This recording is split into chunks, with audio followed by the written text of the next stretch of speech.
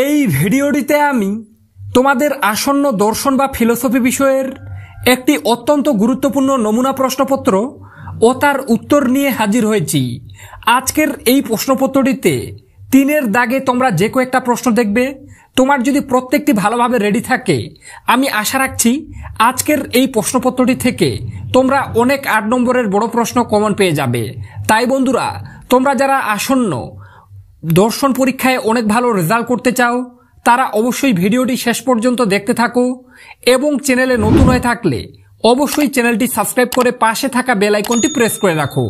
তো চলো দেখে নেওয়া যাক গুরুত্বপূর্ণ প্রশ্নগুলি। ইম্পর্টেন্ট প্রশ্নগুলি নিয়ে আলোচনা করার আগে আমি তোমাদের উচ্চ মাধ্যমিক 2025 পরীক্ষার জন্য একটি অত্যন্ত গুরুত্বপূর্ণ অ্যাপের বিষয়ে জানাতে চলেছি, যার নাম সাফল্য এইচএস। তোমরা যদি এখনো এই সাফল্য এইচএস অ্যাপটি না ডাউনলোড করে থাকো, তাহলে অবশ্যই প্লে স্টোরে গিয়ে সম্পূর্ণ ফ্রিতে এই সাফল্য এইচএস অ্যাপটি ডাউনলোড করে নাও। এই অ্যাপে তোমরা উচ্চ মাধ্যমিকের বিভিন্ন সাবজেক্টের উপর সাজেশন পেয়ে যাবে। এছাড়াও বিভিন্ন সাবজেক্টের উপরে গিয়ে তোমরা মক টেস্টও দিতে পারবে। তাই তোমাদেরকে বারবার বলছি, তোমরা যদি এখনো এই সাফল্য এইচএস অ্যাপটি না ডাউনলোড করে থাকো, তাহলে প্লে স্টোরে গিয়ে সম্পূর্ণ ফ্রিতে এই অ্যাপটি ডাউনলোড করে নিজেদের উচ্চ মাধ্যমিকের টেস্ট এবং ফাইনালের প্রস্তুতি আরও অনেক ভালো করে তোলো। তোমাদের সুবিধার্থে আমি আজকের ভিডিওটির ডেসক্রিপশন বক্সে অথবা ফার্স্ট কমেন্টেও কিন্তু এই সাফল্য এইচএস অ্যাপটির লিঙ্ক দিয়ে রাখবো। তোমরা অবশ্যই লিঙ্কে ক্লিক করলে এই অ্যাপটি খুব সহজেই ডাউনলোড করে নিতে পারবে। তো চলো আজকের এই ভিডিওটি শুরু করা যাক। তো একের দাগে কি দেওয়া আছে দেখে নাও, সঠিক উত্তরটি নির্বাচন করো। অর্থাৎ একের দাগে তোমাদের 24টি এমসিকিউ প্রশ্ন দেওয়া থাকবে, প্রত্যেকটি প্রশ্নের মান 1 করে, টোটাল 24 নম্বর। 1.1 ভাষায় প্রকাশিত অনুমানের আকারকে বলা হয়। উত্তর হয়ে যাবে কয়ের দাগের অপশনটি, অর্থাৎ যুক্তি। 1.2 লজিক শব্দটি কোন শব্দ থেকে এসেছে? উত্তর গয়ের দাগের অপশনটি, অর্থাৎ লজস থেকে। 1.3 একটি আরোহ যুক্তির সিদ্ধান্ত হয় সর্বদা। উত্তর হয়ে যাবে গয়ের দাগের অপশনটি, অর্থাৎ সম্ভাব্য।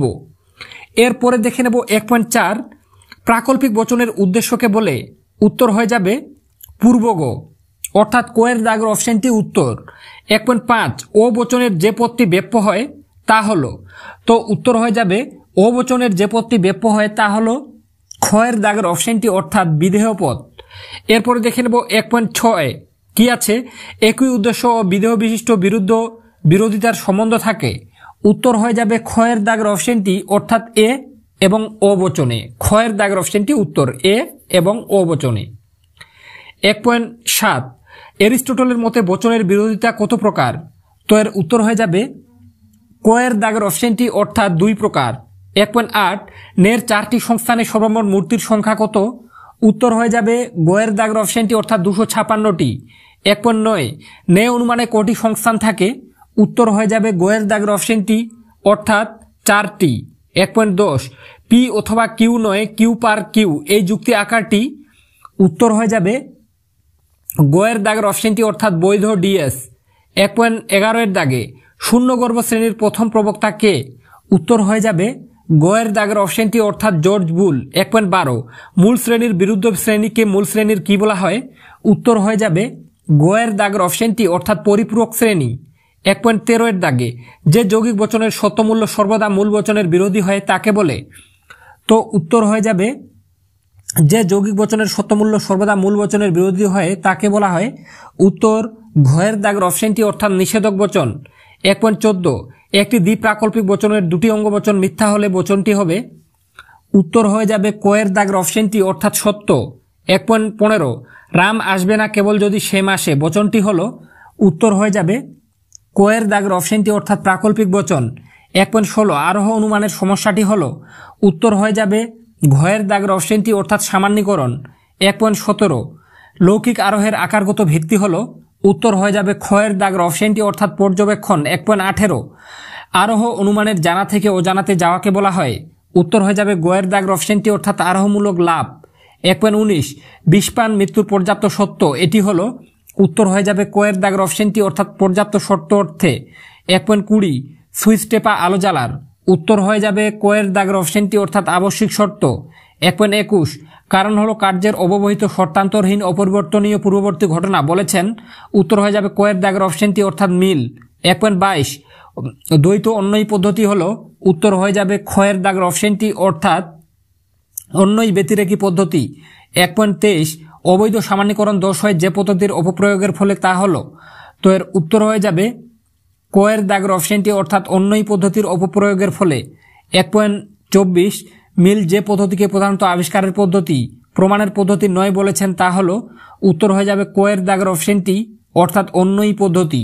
এরপরে দেখে নেব 2 দাগের প্রশ্নগুলি। তার আগে তোমাদেরকে জানিয়ে রাখছি 1 দাগে যে 24টা প্রশ্ন বলা হলো এই প্রশ্নগুলো গুরুত্বপূর্ণ, কিন্তু তোমরা কেউ ভেবো না যে এই 24টা পড়ে গিয়ে 24টাই কমন পাবে, এমন কিন্তু একবারও বলছি না। তোমাদের প্রশ্নপত্রের ধরন এবং কোন প্রশ্নগুলো গুরুত্বপূর্ণ সেটা বোঝানোর জন্যই কিন্তু ভিডিওটি আপলোড দেওয়া। তাই তোমরা ভিডিওটি শেষ পর্যন্ত দেখো এবং ভিডিওটিতে 3 দাগে যে কয়েকটা 8 নম্বরের বড় প্রশ্ন বলবো রেডি করে যাও। তোমরা এখান থেকে অনেক প্রশ্ন কমন পেয়ে যাবে বলে আমি মনে করি। তাই ভিডিওটি শেষ পর্যন্ত দেখো এবং চ্যানেলে নতুন হয়ে থাকলে চ্যানেলটি সাবস্ক্রাইব করে পাশে থাকা বেল আইকনটি প্রেস করে রাখতে একদম ভুলো না। তো চলো দেখে নেব 2 দাগে কি আছে।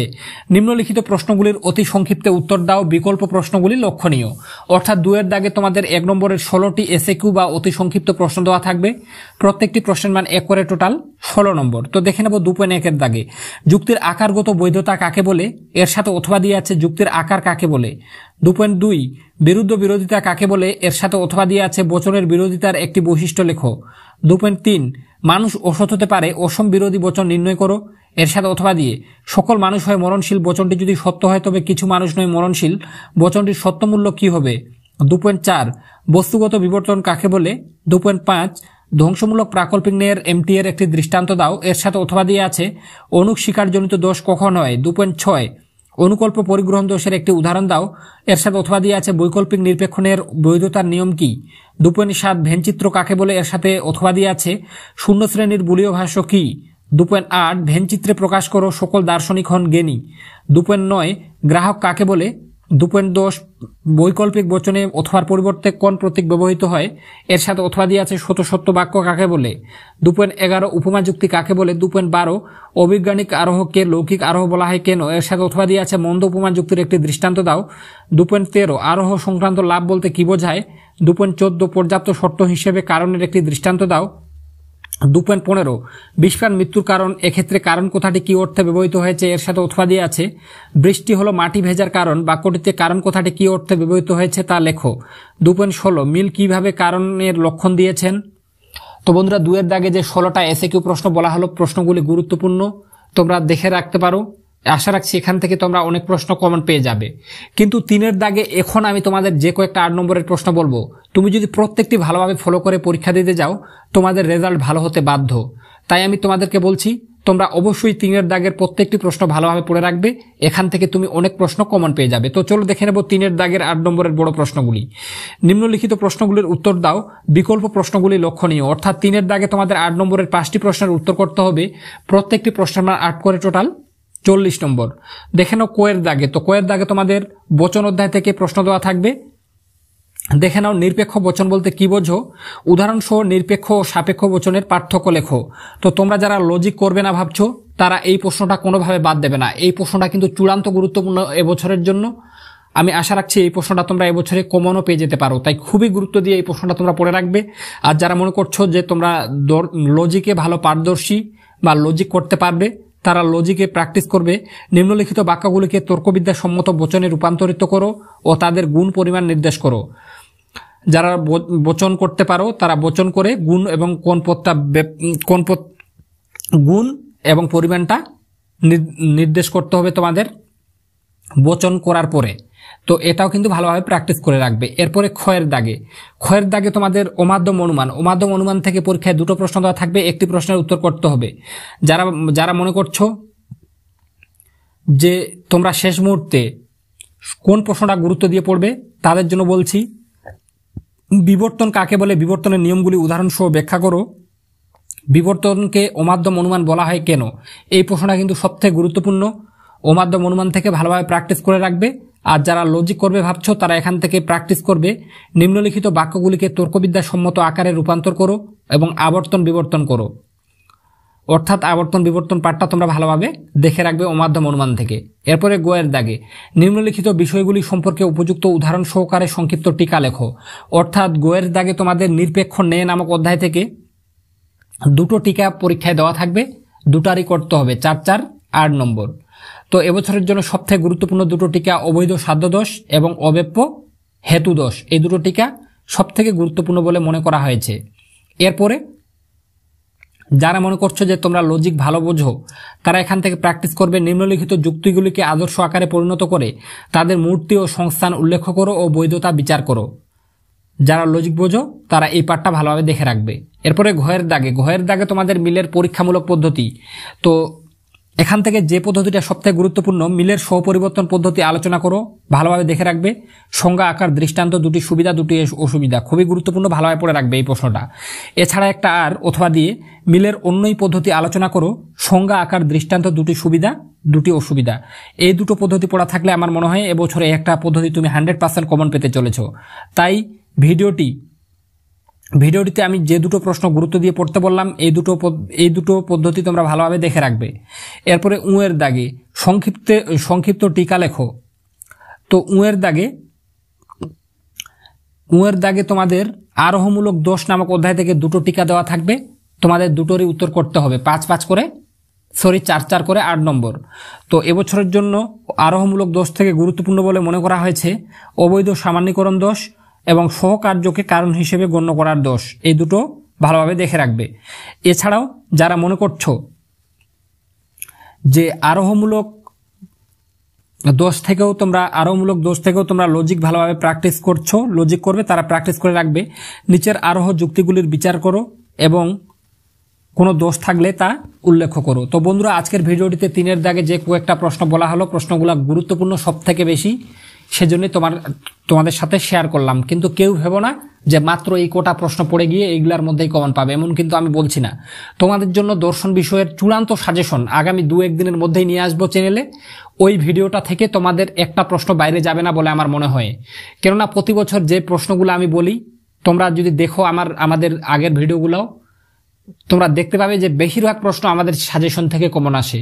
তাই তোমরা যারা মনে করছো যে দর্শন বিষয়ের চূড়ান্ত সাজেশনের ভিডিওটা সবার আগে তোমার কাছে পৌঁছে যাক আর তোমরা সেগুলা ফলো করে সামনের দর্শন পরীক্ষায় অনেক ভালো রেজাল্ট করতে পারো, তারা অবশ্যই এই রিয়াজ টিউটোরিয়াল চ্যানেলটি সাবস্ক্রাইব করে পাশে থাকা বেল আইকনটি প্রেস করে রাখো। এখন এই চ্যানেল থেকে যে ভিডিওগুলো আসবে ফলো করে গেলে তোমরা কিন্তু ভালো রেজাল্ট করবেই। তাই অবশ্যই তোমরা চ্যানেলটি সাবস্ক্রাইব করে রাখো। এবং ভিডিওটি শেষে তোমাদেরকে মনে করিয়ে দিতে চাই, আমি ভিডিওর প্রথমে বলেছিলাম তোমরা যারা এখনো এইচএস সাফল্য এইচএস অ্যাপটি এখনো ডাউনলোড করোনি, তারা অবশ্যই প্লে স্টোরে গিয়ে সম্পূর্ণ ফ্রিতে সাফল্য এইচএস অ্যাপটি ডাউনলোড করে নিজেদের উচ্চ মাধ্যমিকের প্রস্তুতি আরো ভালো করে তোলো। তো বন্ধুরা, আশা রাখছি ভিডিওটির মাধ্যমে উপকৃত হয়েছো। তো দেখা হবে নেক্সট কোনো ভিডিওতে।